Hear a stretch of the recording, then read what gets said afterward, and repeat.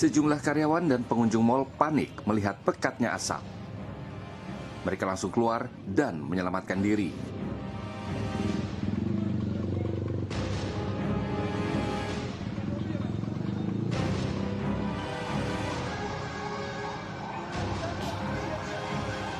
Diduga asap hitam pekat berasal dari lantai dasar. Sejumlah kios dikabarkan hangus terbakar.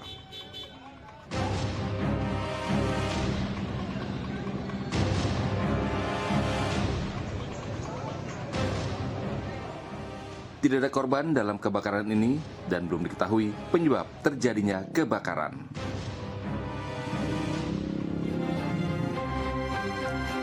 Assalamualaikum, selamat pagi pemirsa. Kembali berjumpa bersama saya Erlang Purbaya. Seperti biasa, sebelum beraktivitas, kita update informasi dulu yuk agar pagi Anda lebih berisi. Ini dia Cakrawala selengkapnya.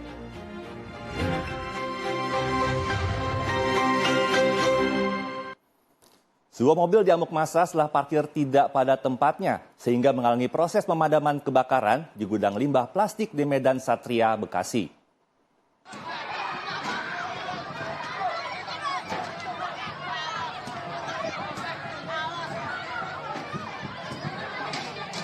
Warga yang kesal terlihat merusak mobil berwarna merah ini. Mobil ini menjadi biang kerok penyebab lambatnya pemadaman kebakaran karena parkir tidak pada tempatnya. Mobil pemadam kebakaran terhambat masuk ke area kebakaran karena pemilik mobil tak memindahkan mobilnya dengan cepat. Mobil pun mengalami kerusakan di bagian bemper depan hingga sebagian kacanya yang pecah. Mobil diketahui milik warga sekitar yang membandel parkir tidak pada tempatnya. Pemilik mobil pun sudah diamankan petugas RT. Bisa juga jika mobilnya mau masuk ke situ mungkin dia ngaling. Tapi ada orangnya kan? Tadi ini ada orangnya. Oh, pas disuruh mundur itu ada orangnya di dalam. Orangnya itu kayak lambat lah. Lambat aturan kan langsung cepat mundur, mau kita begitu. Jadi orang yang nyuruh nggak ngambek lah. Mobil parkir sembarangan yang membuat kesal warga itu memang menghambat pemadaman api yang membakar gudang limbah plastik dan kayu palet di Kali Baru, Medan Satria, Bekasi, Senin siang. Material yang mudah terbakar membuat api meluas dan membakar lokasi itu dengan hebat. Warga sekitar pun panik karena hembusan angin cukup kencang dan khawatir api meluas ke permukiman warga. Titik api diketahui berasal dari bagian belakang gudang. Warga juga mengaku sempat mendengar beberapa kali ledakan. Pemadam kebakaran Kota Bekasi menerjunkan 10 unit mobil damkar dan rescue serta 2 unit bantuan dari wilayah Kabupaten Bekasi. Api berhasil dijinakan 2 jam kemudian. Tidak ada korban jiwa dalam kebakaran ini dan penyebab kebakaran masih dalam proses penyelidikan. Berbagai manuver terus dilakukan oleh para pendukung calon presiden. Deklarasi dukungan hingga aksi sosial menjadi pilihan relawan untuk terus menarik simpati pemilih.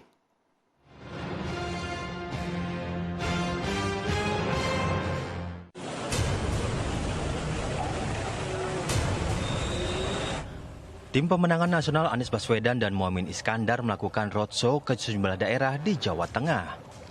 Di Banjarnegara, Jawa Tengah, tim pemenangan nasional Amin melakukan konsolidasi sekaligus meresmikan posko pemenangan paslon nomor urut 1, Anies Baswedan dan Muhaimin Iskandar. Usai meresmikan posko pemenangan, Sudirman Said pun langsung menyapa para relawan Amin dan melakukan orasi politik di depan ratusan massa. Ketua Dewan Pembina Relawan Prabowo Gibran Hasim Jojo Hadikusumo melantik relawan Prabowo Center 08 Provinsi Riau di Pekanbaru, Riau. Kepada relawan yang baru saja dilantik, Hasim meminta segera kibarkan bendera Pataka Prabowo Gibran di 12 kabupaten kota. Dalam pidatonya, Hasim mengajak hadirin yang hadir, khususnya rakyat Riau, termasuk kaum generasi muda atau generasi Z, Gen Z, untuk datang ke TPS pada 14 Februari 2024 nanti dan memilih pasangan Prabowo Gibran. 08. Sejumlah warga Kuitang, Jakarta Pusat berbondong-bondong memeriksa kesehatan dirinya dalam program pengecekan dan pengobatan gratis yang diselenggarakan oleh relawan pendukung paslon Capres-Cawapres nomor urut 3, Ganjar Mahfud. Relawan yang tergabung dalam Betawi Keren ini menggelar safari politik dengan mengadakan program pengecekan kesehatan dan pengobatan gratis di Jalan Keramat 2, Kuitang, Jakarta Pusat. Dalam pengobatan gratis ini, ratusan warga banyak yang datang untuk mengkonsultasikan kesehatan dan penyakit yang dideritanya. Mayoritas dari warga yang datang untuk mengecek tekanan darah, tes gula darah, kolesterol, dan penyakit lainnya.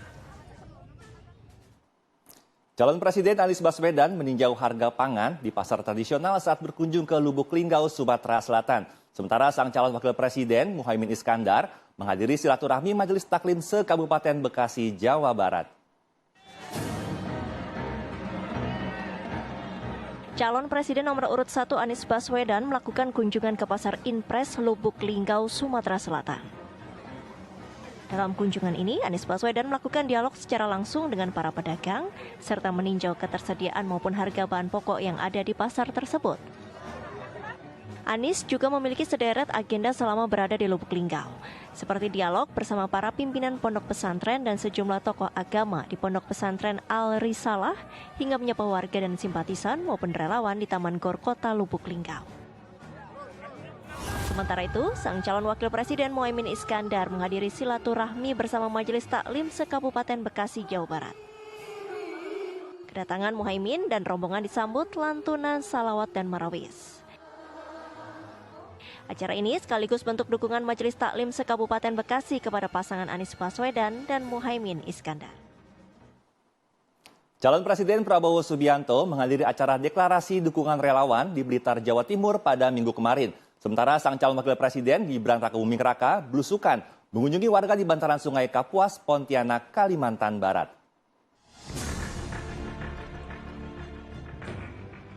Calon Presiden Prabowo Subianto menghadiri acara deklarasi dukungan relawan Gerakan Masyarakat Perhutanan Sosial Indonesia Prabowo Gibran Gema PS di Blitar, Jawa Timur pada Minggu kemarin.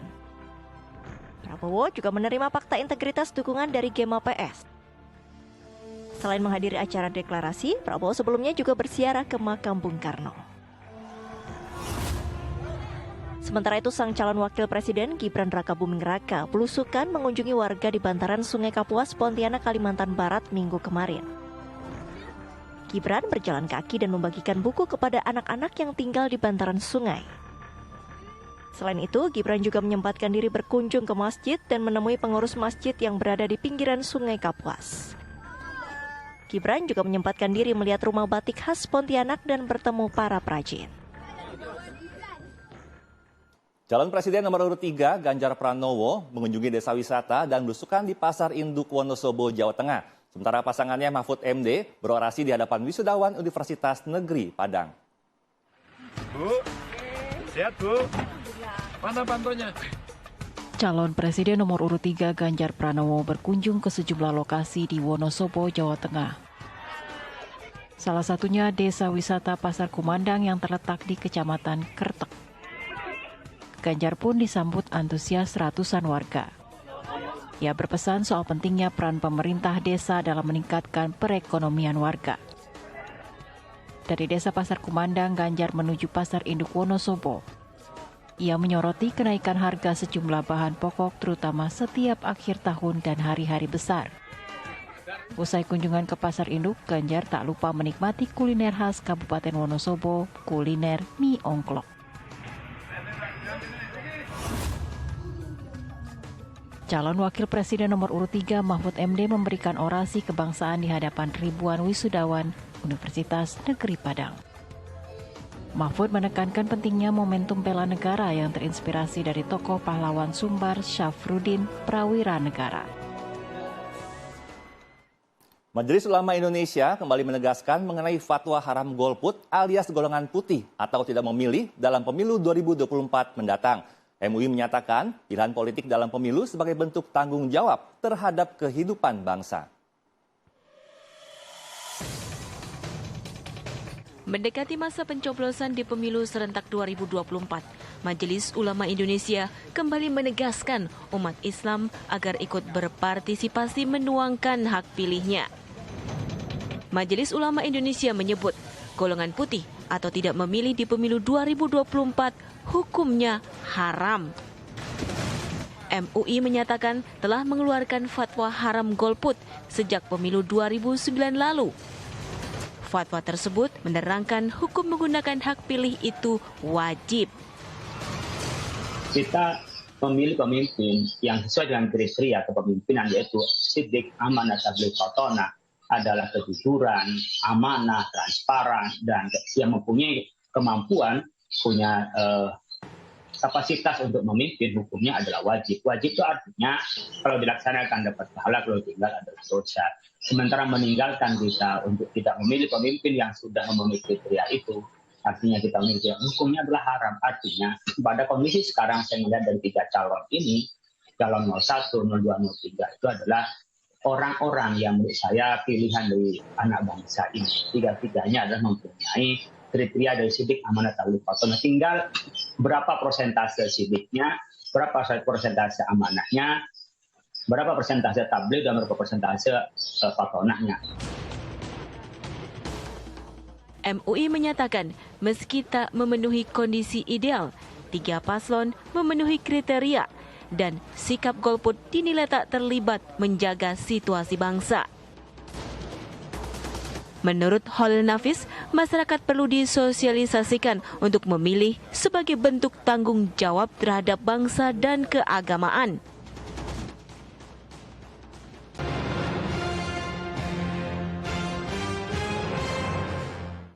Ya pemirsa, itulah tadi rekaman dari Pemilu terkini. Kita beralih ke informasi selanjutnya. Jelang akhir tahun 2023, berbagai harga kebutuhan pokok masih mengalami peningkatan.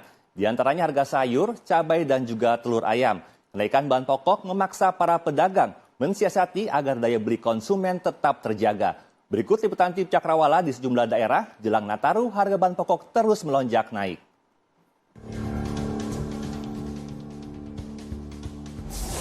Mendekati perayaan Natal dan Tahun Baru, mendorong tingkat kebutuhan masyarakat akan bahan pokok semakin tinggi.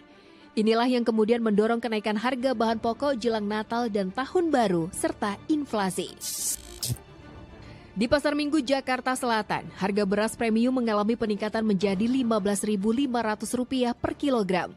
Sementara beras medium naik Rp200 per kilogram menjadi Rp13.500 per kilogram. Kenaikan harga juga dialami pada harga jual telur ayam, di mana sebelumnya harga telur berkisar Rp24.500, kini naik hingga Rp27.000. Kenaikan bahan pokok ini memaksa para pedagang mensiasati agar daya beli konsumen tetap terjaga. Salah satunya yaitu dengan mengurangi nilai keuntungan yang mereka dapat agar harga jual tak terlalu tinggi. Saya kalau naik itu nggak langsung tinggi, Mas. Kita juga harga lebih ekonomis, lebih murah lah gitu lah. Persaingan pasar kan itu. Kalau kita terlalu harga tinggi, orang waduh kok sama ya mama di rumah kan gitu biasanya. Mama itu apa saudara yang beli gitu kan. Masa di pasar sama di rumah sama harganya gitu. Makanya harganya saya turunin dikit. Beda 2.000 dari di rumah gitu pasti. Sementara salah satu konsumen di pasar ini, seorang ibu rumah tangga bernama Astuti, kini harus mengurangi jumlah belanjaan hariannya untuk mensiasati kenaikan harga bahan pokok. Jadi saya mensosialisasi membeli barang-barang itu berkurang jadinya, karena barang-barang ini tetap saya butuhkan untuk kebutuhan sehari-hari saya. Mengurangi pembelian, biasanya beli setengah kilo, beli seperempat aja lah dulu. Sementara berbanding terbalik dengan harga cabai yang sebelumnya mengalami kenaikan yang cukup luar biasa hingga mencapai Rp110.000 per kilogramnya. Kini tengah mengalami penurunan menjadi Rp90.000 per kilogramnya. Di Nganjuk, Jawa Timur, lonjakan harga sayur mayur cukup signifikan. Seperti yang terjadi di Pasar Wage, kenaikan harga terjadi pada tomat, wortel, kubis, dan brokoli hingga 40% dari harga normal. Kondisi ini disebabkan berbagai faktor, termasuk cuaca ekstrim yang mempengaruhi produksi dan distribusi. Naiknya harga sayur mayur ini terjadi sejak sebulan terakhir. Selain itu, harga cabai rawit yang sebelumnya hanya di kisaran Rp29.000 per kilogramnya, kini naik signifikan hingga Rp85.000 per kilogram. Harga cabai merah keriting yang sebelumnya cenderung murah, kini naik menjadi Rp62.000 per kilogram. Kenaikan harga sejumlah cabai ini juga disusul naiknya harga tomat. Yang sebelumnya di harga Rp6.000 per kilogram, kini naik menjadi Rp12.000 per kilogram. Sementara itu 2 pekan Desember ini harga sejumlah kebutuhan pokok di pasar tradisional Kota Batam, Kepulauan Riau sudah merangkak naik hingga 30% untuk setiap kilogramnya. Seperti kenaikan harga cabai merah di Pasar Cahaya Garden Kota Batam, Kepulauan Riau tidak berbeda seperti di Nganjuk, Jawa Timur. Jika sebelumnya Rp55.000 sekarang naik menjadi Rp85.000 per kilogram cabai rawit. Demikian juga dengan harga sayuran sudah merangkak naik sekitar 10% dari masing-masing jenis sayur. Untuk harga telur juga mengalami kenaikan. Dari biasanya Rp45.000 per papan isi 50 butir, sekarang sudah mencapai Rp55.000 per papan dengan isi yang sama. Menurut salah seorang pedagang di pasar tradisional Cahaya Garden Kota Batam, kenaikan harga sembako diperkirakan masih akan terjadi hingga Natal dan akhir tahun 2023 ini. Liburan Natal dan Tahun Baru segera tiba. Ada sejumlah tempat rekreasi seru di ibu kota yang bisa menjadi pilihan Anda bersama keluarga yang tidak ingin liburan ke luar kota. Berikut 5 tempat liburan terviral versi Cakrawala. Tempat rekreasi di posisi kelima versi Cakrawala ada di Blok M, Jakarta Selatan. Tempat ini baru saja dibuka pada 1 Desember 2023. Tempat rekreasi ini viral di media sosial, seperti salah satu video pengunjung yang mengungkapkan tiketnya sudah terjual habis dan video ini ditonton lebih dari 18.000 kali. Yang menjadi daya tarik tempat ini adalah harga tiketnya cukup terjangkau, yaitu Rp45.000. Pengunjung semua usia bisa datang ke sini, permainannya pun sangat beragam. Selanjutnya ada tempat rekreasi yang viral di media sosial di posisi keempat versi Cakrawala. Tempat rekreasi ini terletak di salah satu mal di kawasan Jakarta Utara, menawarkan pengalaman berolahraga kekinian. Harga tiketnya mulai dari Rp80.000. Permainan yang ditawarkan cocok untuk segala kalangan. Video sport theme park ini sudah ditonton lebih dari 600.000 kali di media sosial.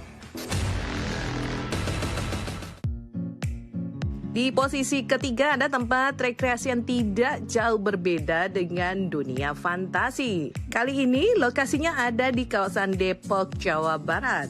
Tempat rekreasi ini menawarkan banyak wahana yang cocok dengan segala usia. Video tentang tempat rekreasi ini bahkan ditonton lebih dari 4,8 juta kali. Bedanya, berekreasi di tempat ini ada di dalam ruangan, bukan di outdoor. Nah, pengunjung dapat lebih aman dari segala cuaca. Selain itu, tempat wisata ini menawarkan beragam wahana yang sangat kekinian. Harga tiketnya mulai dari Rp250.000. Memang cukup mahal, namun banyak promo selama libur Natal dan Tahun Baru ini. Di posisi kedua, tentunya dunia fantasi yang masih selalu menjadi tempat wisata pilihan saat berlibur.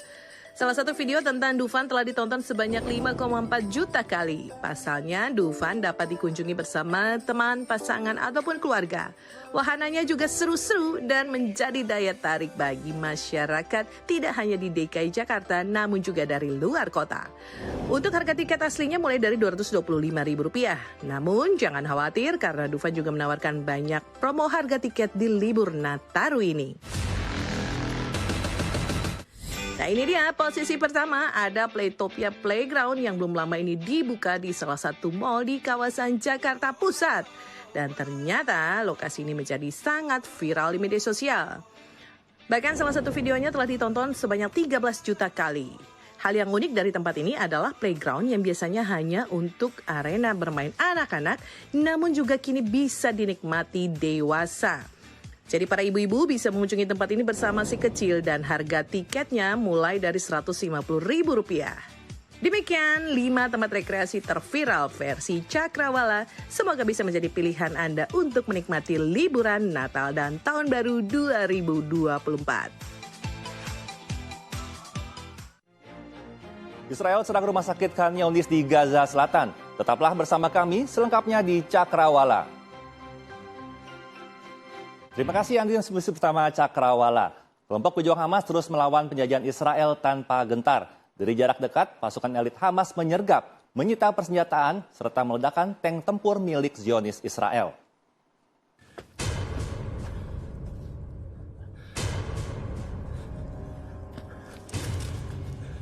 Pasukan elit Hamas, Brigade Al-Qassam, menyerang tentara Israel dari jarak dekat.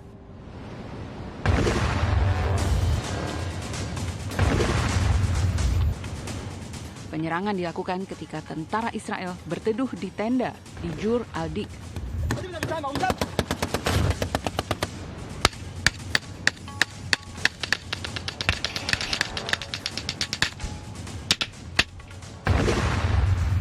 Al-Qassam berhasil melumpuhkan belasan tentara penjajah.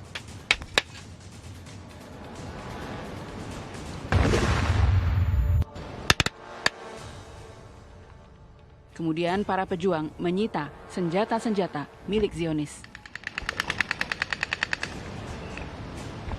Brigade Al-Qassam juga menghancurkan tank tempur Merkava 4 milik Israel. Penghancuran tank dilakukan di sebelah tenggara Dir al-Balah menggunakan roket anti-tank daya ledak tinggi Al-Yasin 105. Tank milik Zionis pun hangus terbakar. Israel terus menggempur bagian selatan jalur Gaza. Rumah sakit dan bangunan sekolah yang dijadikan tempat pengungsi Palestina menjadi sasaran penyerangan. Berita ini menjadi akhir dari perjumpaan kita hari ini. Terima kasih sudah bersama Cakrawala. Saat lagi ada informasi yang menegangkan dan jenaka dalam kasus viral. Saya Lang Purbaya undur diri. Sampai jumpa dan wassalamualaikum.